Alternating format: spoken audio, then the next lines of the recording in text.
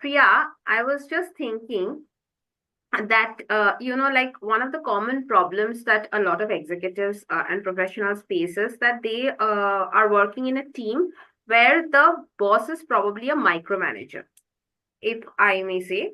Uh, so, what would you advise someone whose manager micromanages their work, leading to frustration and a lack of autonomy? But they are also unable to, rise over it and, deliver their best. Hmm. Hmm. This is quite I think it's an evergreen issue. Yeah. Micromanagement comes as an evergreen issue. And one thing that we need to clarify is rather than looking at it as an evergreen issue, I mean, this challenge exists in across all organizations. And what's really um, the background, or how should one tackle this, is a good way to perhaps think.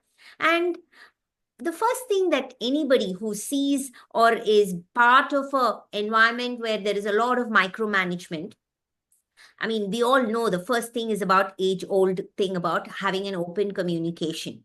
Right. But what happens is when you have this approach of an open communication with your manager, it needs to be done with a lot of tact and emotional maturity.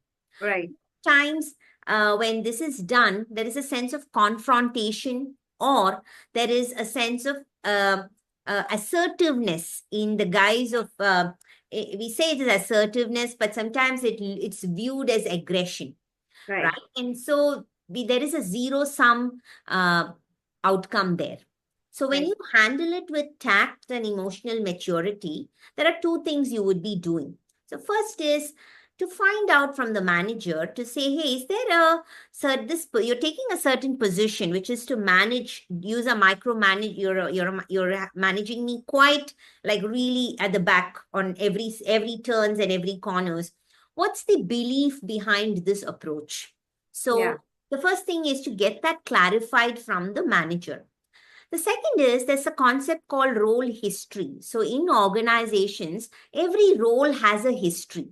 Mm. So perhaps this particular job or this particular role required somebody to be really guiding, or you had somebody in the past where there was micromanagement was essential. And but perhaps the person must have moved on, and many people would have come in and moved out, and you're there today, but the style is, but the history of how that role was managed is still existing.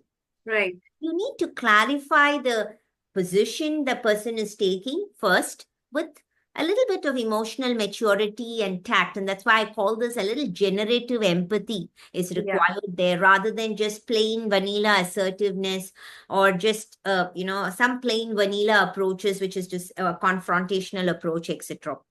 The Right. second one is to, once you have this, it's also important while you get to understand this, it's also important to share some aspects or clarify and set some guidelines between you and your manager quite at any instant, at such an instance, it's a great opportunity to reevaluate and recalibrate.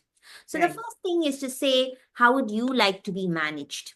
And openly share that with the manager.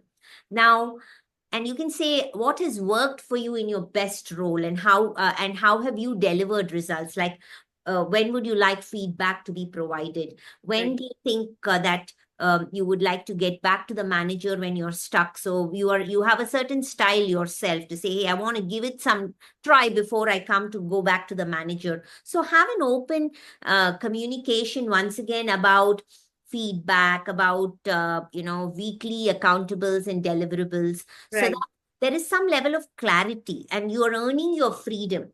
But definitely you're not going to, things are not just going to change overnight. Anything has to be earned.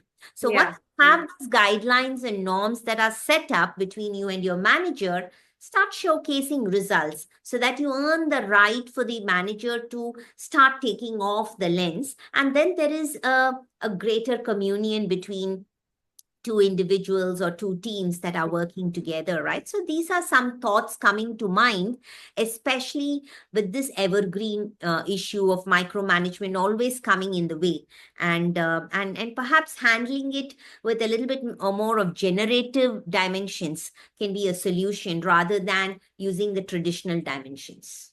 Right, right, right. Great answer, Priya.